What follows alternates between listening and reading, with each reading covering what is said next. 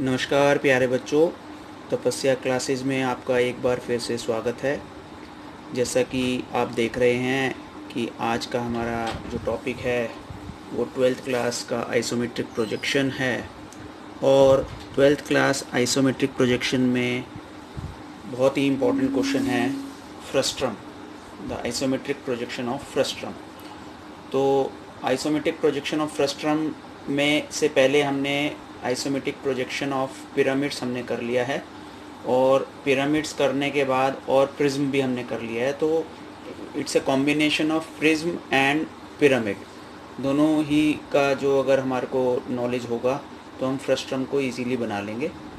और इसके अंदर एक ख़ास बात और ये होती है कि हमें हेल्पिंग फिगर्स बनानी होती है अगर वो स्क्वायर और सर्कल भी हो, यानी कि कोन का भी फ्रस्ट्रम बनाना हो या स्क्वायर पिरामिड का भी अगर हमें फ्रस्ट्रम बनाना है तो हमें हेल्पिंग फिगर इस केस में बनानी पड़ेगी।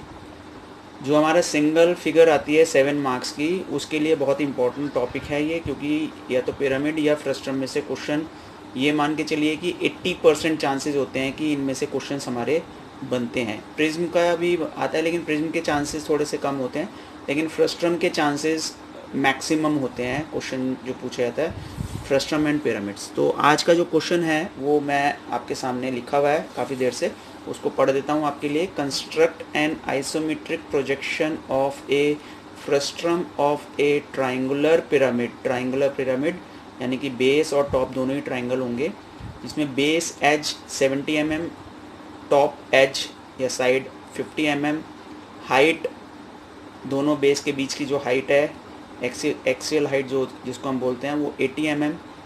और इसकी फिर पोजीशनिंग बताइए कि रेस्टिंग ऑन इट्स बेस, यानी कि जो बड़ा ट्राइंगल है उसके ऊपर रेस्ट कर रहा है और HP पे रेस्ट कर रहा है। HP पे रेस्ट कर रहा है, इसका मतलब सीधा सीधा होता है कि एक्सिस जो होती है वो वर्टिकल होगी, with base side perpendicular to VP।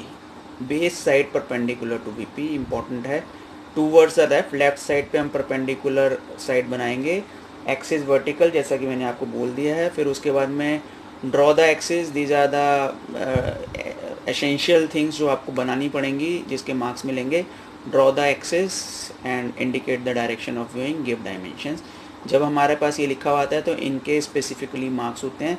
तो इसको ध्यान में रखते हुए अब हम इसका कंस्ट्रक्शन करेंगे, कंस्ट्रक्शन करना सीखेंगे, और ध्यान से फ्रस्ट्रम का कंस्ट्रक्शन आप लोग सीखेंगे। ध्यान से देखेंगे हम कैसे बनाएंगे इसको। हाँ जी, तो अब हम आगे चलते हैं और देखते हैं कि किस तरह से हम इसके अंदर जो है अपना बनाएंगे। सबसे पहले हम एक रेफरेंस लाइन लेंगे। रेफरेंस लाइन जैसा कि आपको पता है हमें लेनी होती है। फिर हम एक रेफरेंस लाइन के ऊपर, क्योंकि हमें एक फ्रस्ट्रम बनाना है, ट्रायंगुलर फ्रस्ट्रम, तो हम इसके ऊपर और उसकी पोजीशनिंग बता रखी है ट्रायंगल की कि वो उसकी वन एज परपेंडिकुलर है, तो हम एक परपेंडिकुलर लाइन लेंगे और आइसोमेट्रिक स्केल के बराबर हम इसको ओपन करेंगे, जो कि हमारा बेस है। बेस हमारा आपको पता है 70 mm दे रखा था, तो आइसोमेट्रिक स्केल से 70 mm हम कट कर लेंगे परपेंडिकुलर को। फिर हम एक इक्विलेटरल ट्रायंगल कंस्ट्रक्ट करेंगे। इक्विलेटरल ट्रायंगल कंस्ट्रक्ट करने के लिए हमें जो है वो कंपास को उतना ही ओपन करके दोनों एंड से आर्क लगा के कट करेंगे, और इन पॉइंट्स को जो है हम रिस्पेक्टिव दोनों लाइन सेगमेंट के एंड से मिला देंगे। और इस तरह से ये हमारा आइसोमेट्रिक इक्विलेटरल ट्रायंगल जो है कंप्लीट हो गया, जो इसकी one edge perpendicular to VP है। अब यहाँ पर हम इसका सेंट्रल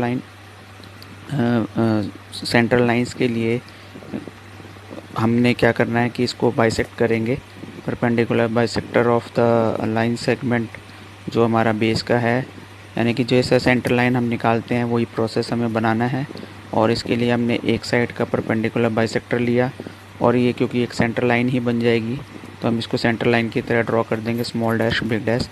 फिर हम एक दूसरी साइड का परपेंडिकुलर बाइसेक्टर करेंगे, और उसके जब हम बाइसेक्टर ले लेंगे तो दूसरी एज से जो पहले वाली सेंटर लाइन थी उसके ऊपर पॉइंट ले लेंगे। उस पॉइंट को लेने के बाद फिर हम दूसरी सेंटर लाइन ड्रॉ करेंगे, और सेंटर लाइन ड्रॉ करके इंटरसेक्टिंग पॉइंट ले लेंगे, यानी कि दोनों सेंटर लाइन का इंटरसेक्टिंग पॉइंट वो हमारा एक्सिस का सेंटर पॉइंट हो जाएगा। अब हम उस ट्रायंगल को रेक्टेंगल के अंदर इंस्क्राइब कर देंगे। ये हमने रेक्टेंगल के अंदर इंस्क्राइब कर दिया है। इंस्क्राइब करने के बाद में हम दोनों रेक्टेंगल्स को भी देखा ये कट कर रहा है कि नहीं कट कर रहा है सेंटर लाइन। और अब इसके बाद जो इम्पोर्टेंट है, उसके बाद हम जो आइसोमेट्रिक स्केल का जो दूसरा ट्रायंगल है उसकी 50 mm का जो हमें बनाना है उसको आइसोमेट्रिक स्केल से डायमेंशनिंग ले ली। और उसके बाद जो हमने रोलिंग रूलर लिया, रोलिंग रूलर लेने के बाद में हाँ एक चीज़ का ध्यान और रखना है कि हमें इसका डायगनल्स जो है बहुत लाइट बना लेना है। अभी लाइट बनाएंगे, डार्क नहीं बनाएंगे, ये ध्यान रखना है। और फिर हम रोलिंग रूलर की हेल्प से उसकी बेस को और एडजस्ट करते हुए कंपास को जितना हमने ओपन कर रखा था 50 mm वाला, जैसे ही हमें दोनों जो डायगनल्स के ऊपर इंटरसेक्टिंग पॉइंट मिल जाएंगे हम उसको मिला देंगे। और मिलाने के बाद ये देखिए हमारा जो पॉइंट है, ध्यान से पहले देख लेंगे आप, ये देखिए ये पॉइंट हमें मिल गए। इस पॉइंट तक दूसरे इससे पैरेलल लाइन बनाएंगे क्योंकि यही बनाना सबसे इम्पोर्टेंट है हमारा। और ये इस तरह से हम अंदर का ट्रायंगल भी कंप्लीट कर लेंगे। ये हमारा अंदर का ट्रायंगल भी कंप्लीट हो गया है। और फिर हम इसके जो डायगनल्स, दोनों ट्रायंगल्स के बीच में जो डायगनल का हिस्सा है उसको डार्क कर लेंगे क्योंकि इट्स ए फ्रस्ट्रम की वो एजेस हमें नज़र आएंगी। फिर हम अंदर वाले ट्रायंगल को भी एक रेक्टेंगल के अंदर इंस्क्राइब करेंगे, जैसा कि पहले वाले ट्रायंगल को हमने किया था बड़े वाले को, वैसे ही हम छोटे वाले ट्रायंगल को भी एक रेक्टेंगल के अंदर इंस्क्राइब कर लेंगे और उसके पॉइंट्स को हम मार्क कर लेंगे। तो ये आपके सामने मैंने फिगर दिखाई है, ये हमने एजिस को दिखाया है, दोनों ट्रायंगल्स बन गए हैं, सेंटर लाइन बन गई है और रेक्टेंगल के अंदर हमने उसको कर रखा है। अब आगे चलते हैं इसके अंदर, फिर हम वही करेंगे, एक पॉइंट लेंगे क्योंकि HP पे रेस्ट कर रहा है, 30-30 का एंगल लेंगे, 90 वाला भी मार्क कर लेंगे। 30-30 एंगल को हम थोड़ा सा लाइन ड्रॉ कर लेते हैं पहले।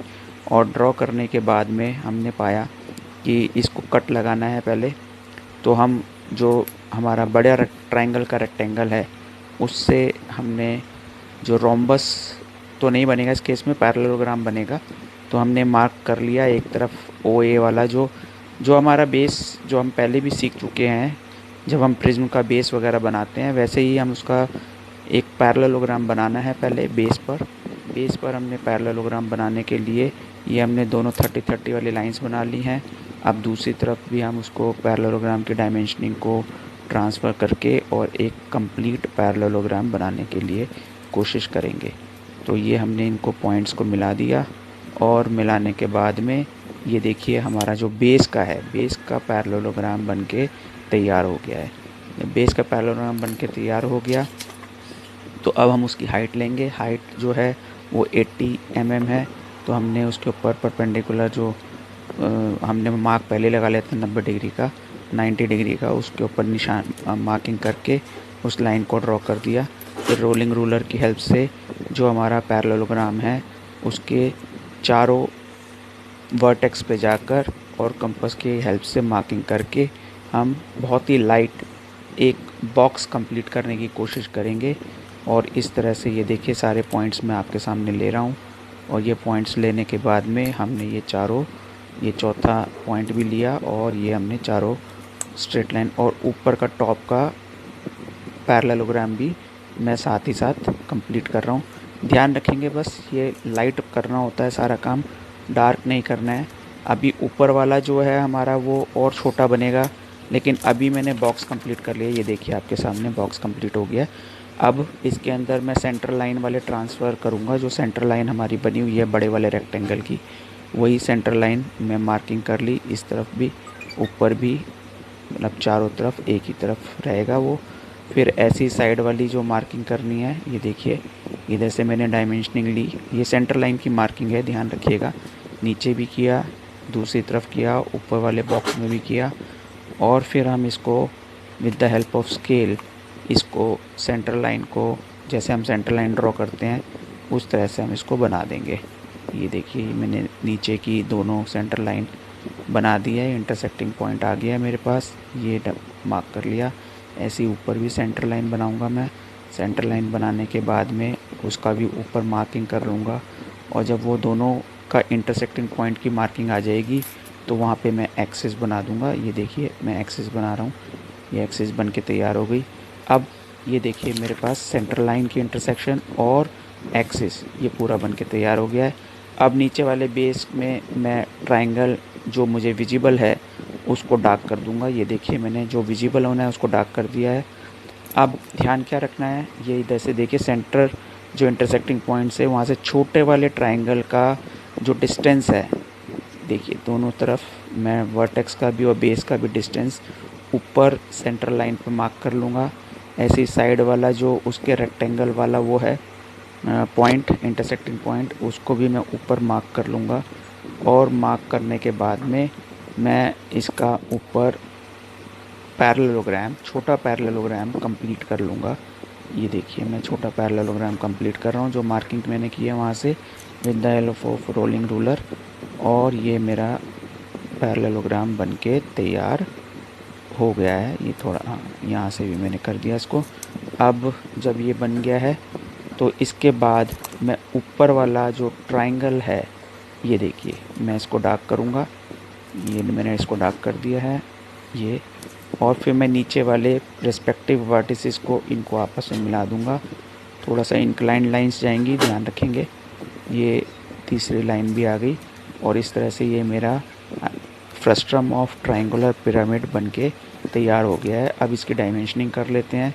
तो बेस में जो मेरा रेक्टेंगल का वो थी उसको एक्सटेंड करके यहीं पे मेरे को उसकी बेस की जो डायमेंशनिंग है बेस लेंथ की, ध्यान रखेंगे जो हमारी मेन लाइन है वो इंटरसेक्ट नहीं होनी चाहिए किसी भी तरह से डायमेंशनिंग लाइन से। और इसको थोड़ा सीधा, ये देखिए सीधा करके लिख दिया है मैंने इसको। ऐसे ही मैं ऊपर वाले ट्रायंगल की भी लाइंस को एक्सटेंड करने के बाद ये मैंने ऊपर वाली डायमेंशनिंग कर दी है जो कि 50 mm की है। ये डायमेंशनिंग मैं इसके ऊपर लिख दूँगा 50, तो नीचे वाला 70, ऊपर वाला 50। अब मैं हाइट की डायमेंशनिंग करूँगा। हाइट की डायमेंशनिंग के लिए जो मेरे पास, ये देखिए ये मैंने एक स्ट्रेट लाइन ली और इसको एक्सटेंशन लाइन थोड़ी सी आगे बढ़ाऊँगा। ये आगे बढ़ाया और इसको 70 लिख दिया। तो इस तरह से डायरेक्शन ऑफ व्यूइंग भी मैं दूंगा क्योंकि इसके भी मार्क्स मिलने हैं। ये डायरेक्शन ऑफ व्यूइंग वहीं पे रहेगी और ये आपका वो बन के तैयार हो गया। आप इसकी प्रैक्टिस करें और बहुत अच्छे से इसको ख़त्म करने की कोशिश करें। बहुत आसान है लेकिन थोड़ा सा हेल्पिंग फिगर का ज़्यादा ध्यान रखना है आपको। हेल्पिंग फिगर को सही बनाएंगे और उसके बाद इसको कंप्लीट करेंगे। धन्यवाद, थैंक यू।